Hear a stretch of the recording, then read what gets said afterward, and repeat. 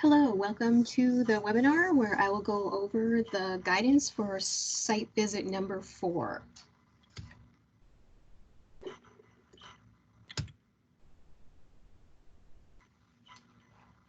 In January, you were sent an overview of an agenda for what we would be covering in the site visits, and it was pretty detailed. I mentioned that we'd be having a robust site visit this spring. I wanted to create a guidance for you that might make it a little bit easier for you to understand what we'll be doing at this particular site visit. So here's the original document. So at this site visit, we're going to have a full day. It's going to include 5 different meetings for 1 hour each. Each of those meetings is going to occur with one of your age or grade spans. So early learning should have one time, your elementary should have one time slot, middle school, and then high school. And then there should be a final wrap-up meeting with the circle coordinators and the implementation core members, administration, just kind of that basic team that makes everything run. So those are the 5 different meetings that I'm requesting. At each of those meetings, we should have 3 to 5 representatives approximately, bringing in perspectives from the district, the building, and the classroom. There are 3 basic topical discussions that we're going to have within each group, and I want to go over those in detail so that the groups can come prepared for their discussion.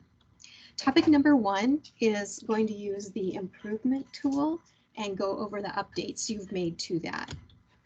Topic number 2 will be the evidence of subgroup improvement, and topic number 3 will be your sustainability plan. Let's go over topic number 1 first, using the improvement tool to record your updates. The main question that's guiding us is, where have you experienced improvement in the 6 essential areas of the North Dakota Comprehensive Literacy Plan?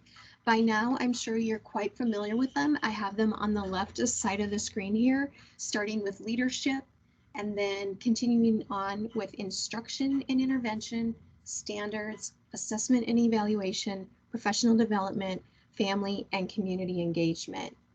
Each one of these areas is part of the progress tool that you've seen before. You received a copy of this progress tool with DPI's notes after your site visit last fall, and we looked at it while I was there, and then I sent you a copy of it. You're receiving an updated copy of that now to use.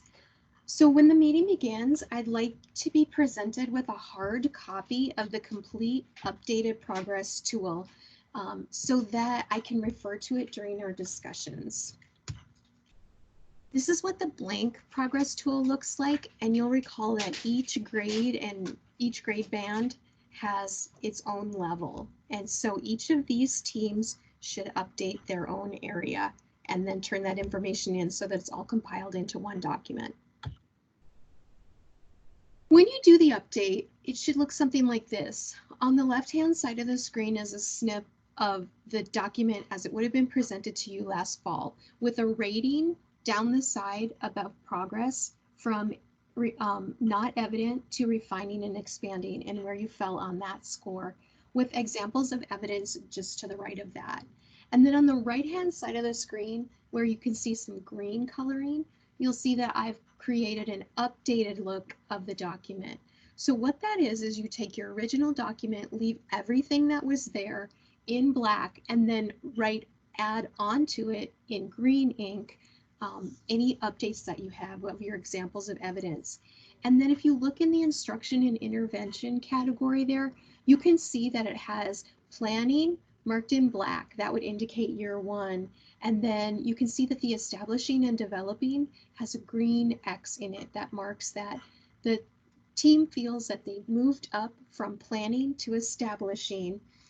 So you can use your highlighter to indicate the green color on that. It will mark and leave them both. And then you can see that there's green information added on. You may not have updates in every single area, but the green should show where there are actually new additions for that. So again, you can hand that off to each team from that level, have them complete their information and turn it back in, compiled it into one document. Here is a self-evaluation rubric that was developed throughout the year and used during the application process for the new grant, actually. But it's kind of just a concise wording that you can use when you're looking at the tool that indicates how you'll know when you're moving from one category to the next. When the meeting is occurring, the representatives should come prepared to discuss this document, where they've marked improvements or progress, and information about highlighting where that has been and how they've made those changes. So the representatives should be prepared to discuss that. Topic number 2 that we'll cover in the discussion is evidence of subgroup improvement. The basic question is, what evidence do you have that subgroups are progressing? And along the left-hand side of this page, you'll see some guiding questions that you can use to prepare for this discussion.